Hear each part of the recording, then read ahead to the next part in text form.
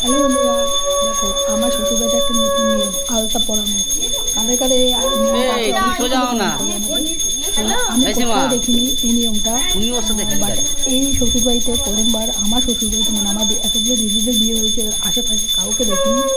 কারণ এটা শুনেছি এটা নাকি ঘটি ধরে আমি আরও দেখেছি, কিন্তু আমরা বাঙাল আর আমার শ্বশুরবাড়িতে হলো ঘটি। যাই হোক, শ্বশুরবাড়ির নিয়মে যেহেতু হচ্ছে, তো 8 দিনের দিন পুজো হচ্ছে, পুজো শেষে আলতা পরাতে হয়। তো দেখো সবাইকে আলতা পরাচ্ছে, যারা আর কি বাড়িতে আসছে আলতা পরাচ্ছে। আর আমার খুব হাসি লাগছে, 8 দিন পরে এই বউটাকে ডেকে আনা হয়েছে, কি বউ বলে আর কি, যাই হোক মাঝে বউ না কিছু একটা, আমি জানি না। তো আলতা পরাচ্ছে নালে কালো করে নেবে করছি দিদি দেখছে সবাইকে করেছে, মানে একজন দুজন না, অনেকজন কেউ ঘন্টায় 10 করে, বাট তার থেকে বেশিও হতে পারে। তো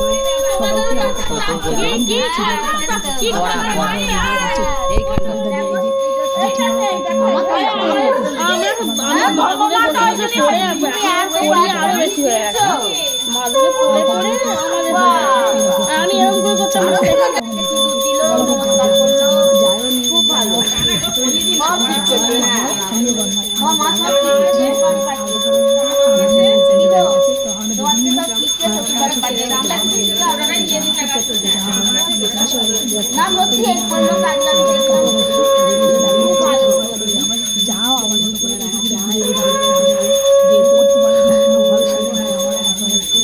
এই যে আমার সবুজের পরে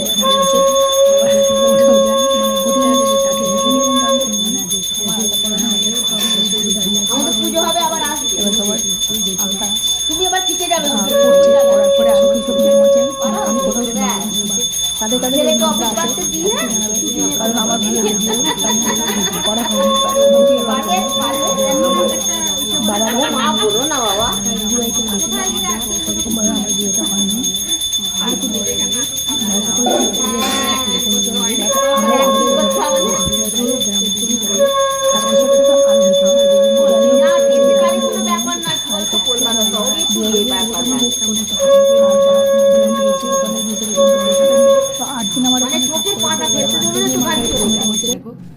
এবার দেখো আরো কিছু মাছ আমার শাশুড়ি করছে।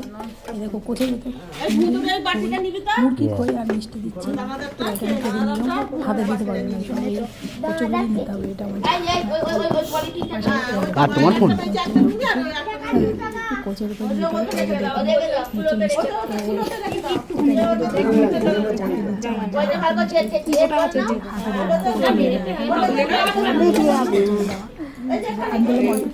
গল্প করে দাও, তোরা একটা করে দাও, ছোটগুলোর জন্য আনছি।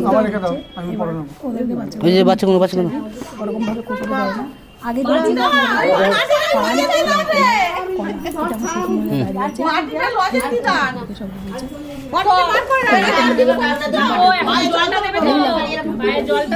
দাও মা দাও, সবাই দাও, জলটা দাও। এবার জল দেবে, দেখো এই নিয়মটা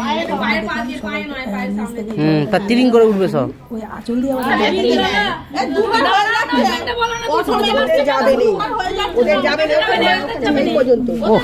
আমরা নয় গো, করার জন্য আমার শাশুড়ি হাঁটতে পারছে না, তারাও কিন্তু নিজে করছে, যেতে পায়। হ্যাঁ এমনি নিজেতে ফুটো হয়েছে, ভালোই হয়েছে। ছোট আছে তোমার শাশুড়ি, ও যাতায়াত নিয়ে 5বার দেখো হাঁটতে পারছে না, তাও কিন্তু করছে তার ছেলেদের জন্য, ছেলে বউয়ের জন্য। তো বলবো দুজনে ঢুকিয়ে দিয়েছে মুখে, এও ঢুকিয়ে দিয়েছে, ও মুখে ঢুকিয়ে দিয়েছে। দেখো করছে, আঁচল দেওয়া হয়নি গো, মুখটা বেশি চালিও না, ভেতরে ভেতরে কাজ। আমাদের এই নিয়মটা নেই। দেখো এবার